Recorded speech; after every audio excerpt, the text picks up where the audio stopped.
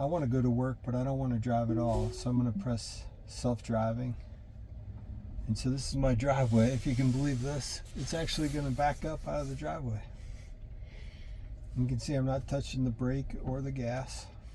There's a little bit of a curb there. I don't know if you could tell, but it's a little bumpy. You can see the rear camera. And now this is the front camera. And then this is the GPS that's showing me how I'm going to get to work. And it's a pretty cool screen, really good clarity. And my work's, like I said, it's about 15 minutes away. And for now, I'm going to just scroll over so you guys can see the entire screen. But it's looking at cars. It's looking for cars. It's looking for signs. It kind of invents a yellow line if there isn't a yellow line. Like this road is just a neighborhood. But you can kind of see the cars on the sides of the roads. It's coming up to a stop sign, you know, so Google Maps did a pretty good job labeling the stop sign. But it doesn't really count on that. It does count on seeing them as well, so it's a little bit of both.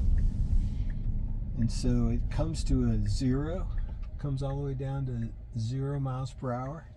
And if you looked, you could see a car coming that way. It's a 4-lane road.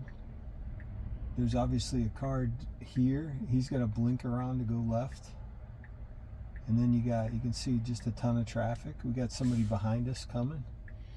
And you know, it's like, when will it go? and sometimes it's a little unnerving. You sit here like, will it ever go?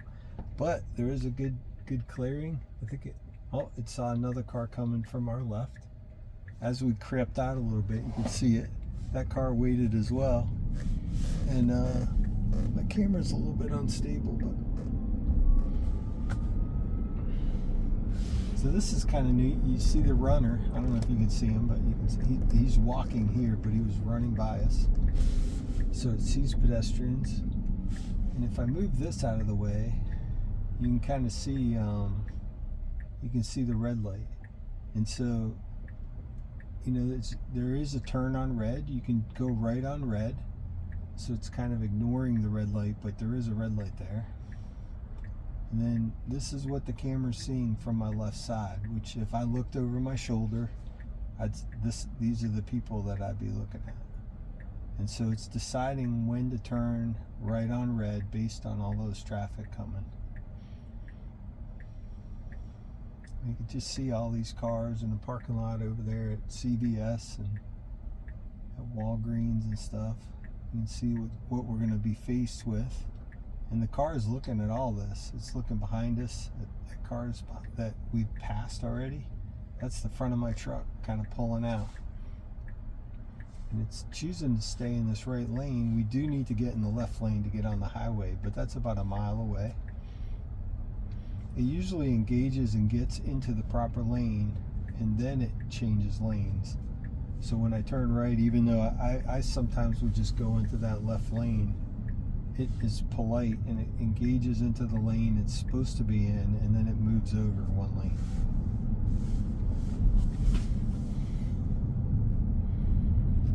You can see some green lights coming up.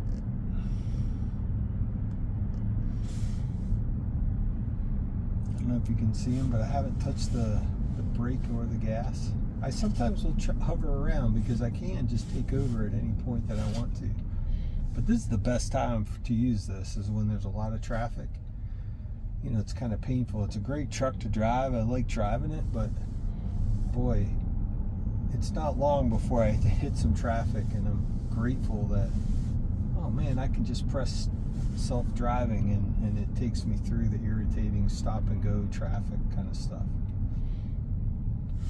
There's a man walking over there, over in this vicinity, but he's pretty far away. I don't know why it's not showing up, but he's like way over here by the, yeah, you could just see a hint of him here and there. But you know, you can see cars over there that are parked pretty far down the street. See the motorcycle going by. I love that. But obviously it's focused in on the red light. you know, which red light is it looking at? You know, usually it's the one that you most want to be looking at. So, look, I haven't run into a place where it studied the wrong red light. In fact, I've thought it was green, but the one, you know how it can get tricky sometimes. But there's construction cones all in this little thing, and it's not really paying attention to them. Obviously it is, but it's not freaked out by them or anything.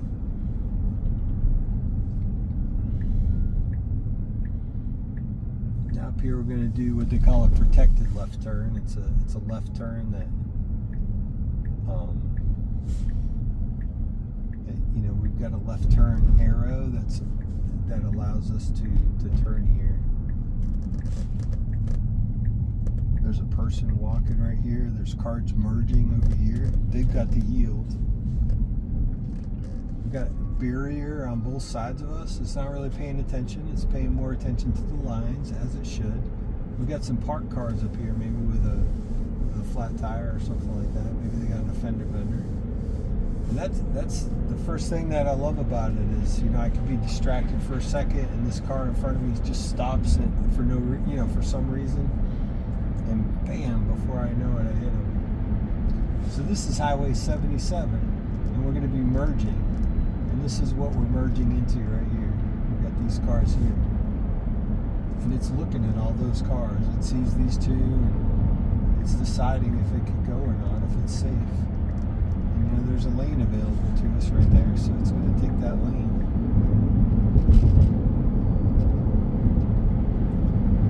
This is the rear view camera. I do have a rear view mirror, but because of what's going on in my, I've got a vault back here that it holds my tools and stuff, so the rear view mirror doesn't really work. I think it was a law, a state law, that you have to put a rear view mirror on a vehicle so they can go on here. My F-250 had one too, but I had a camper shell on the back. You couldn't see anything out of it. But this has a nice rear view camera that I can adjust with, you know, to see different ones, to zoom in on it. It gets rid of that when I'm getting into another lane. So it decided to get into this lane without my help. That just thought that this lane would be better, probably from my driving experience or its driving experience. It's like, man, that right lane is merging coming up. There'll be people getting on the highway. So it decided to be in this lane. Now right now I'm in self-driving mode. I'm in standard.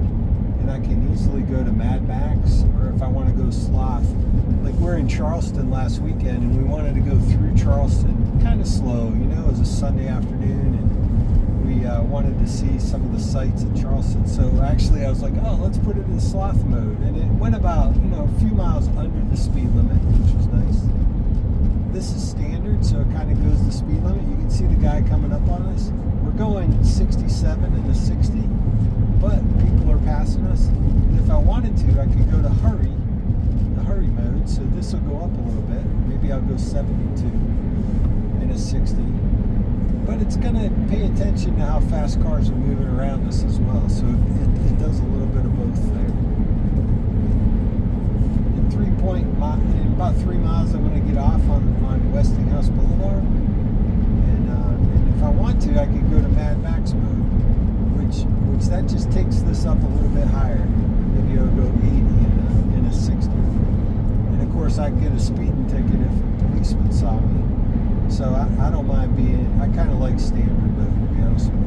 So I'm going to just peel it back to standard. A lot of people like driving around in hurry, but standard's fast enough for me usually, particularly when there's a lot of traffic. The problem with Mad Max is it's always changing lanes, and that's great if you're in a rush, but you know, if you get a good lane and it's a lot of traffic, it's just like, just stay in there. But it will change lanes. Like right now, for some reason, it's going over here. I don't really have a problem with that. I would have liked to stay there, but that's all right. But again, this is incredible, the view of the cars behind us. So if this car swerves into me, this truck will make a maneuver to get out of the way. if it's safe. You know, if there's nobody in that lane and he started drifting over, it would drift over. It's looking at all the cameras all the time. There's 7 cameras in this truck, so it's just kind of looking around at all of them all the time. It's an electric vehicle, so I charge it at home and I don't need to stop for gas.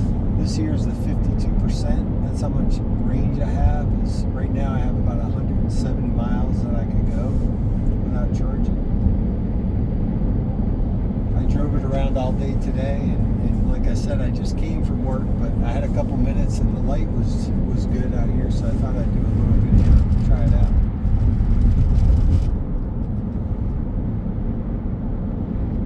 A lot of times on Carowinds, there's cars coming on right here, and it would pick them up. You know, it would see the cars. It doesn't really pick anything up on the other side of the highway because there is a barrier there. It's a pretty high barrier, so that's what that gray line's denoting. I think it did a good job coming over right now because you can sometimes miss the exit if you wait too long to merge over. Westinghouse, you get off the exit and then you get off the exit again. It's like a double exit. You got to get off. And so this right lane is the best lane to be in. What's really cool about it is, I really don't care as much what it does because I'm less engaged. I'm not frustrated by someone cutting me off. Because I'm paying attention, but I don't have to be as intensely paying attention with my foot ready to hit the brake at any moment. If this tractor trailer slammed on its brakes, the truck would slam on its brakes probably before I would have done it. So it does a really great job. This guy's got his right blinker on here, and if he merges over, my truck will give it the space he needs. If he just rides his blinker, my truck will kind of not really pay too much attention to it.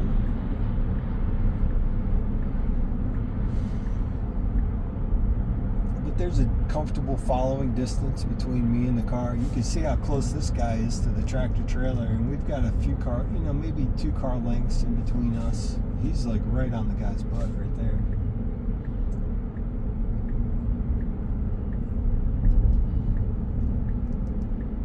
So we're coming up to what is a green light, and sometimes obviously it's red, but we're going to turn right, and it's going to just roll right through this green light. And then sometimes this is a red light as well, but it's green, so obviously it rolls right through it. You can see all the traffic here. It's just kind of picking it all up.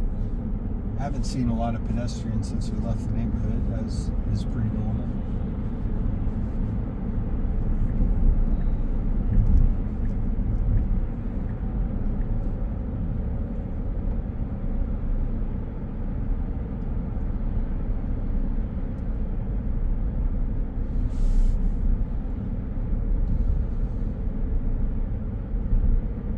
That's just crazy. This guy's merging over. It didn't really freak out much, It just paid attention to him like you and I would in case he cut over 2 lanes, but he did the right thing. He just merged in, and the truck kind of expected that.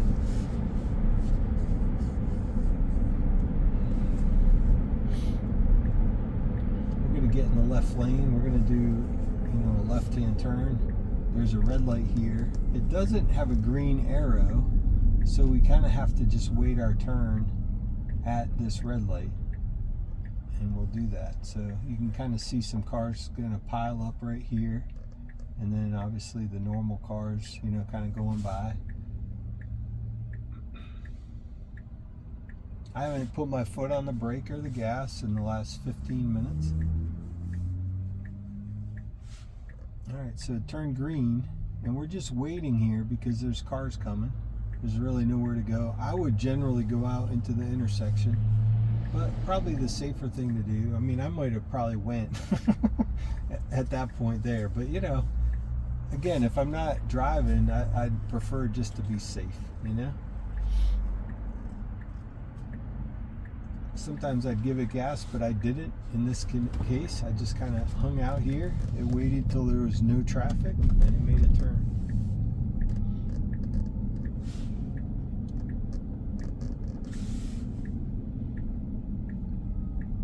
And then This is just a real simple industrial drive kind of complex that, not too much drama happens down here.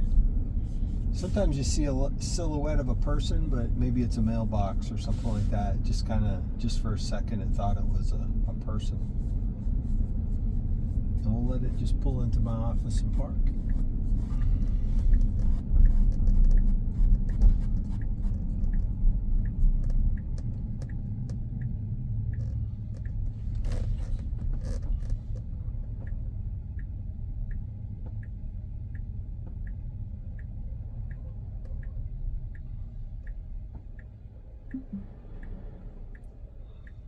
Again, I haven't touched the wheel or the brake or the gas.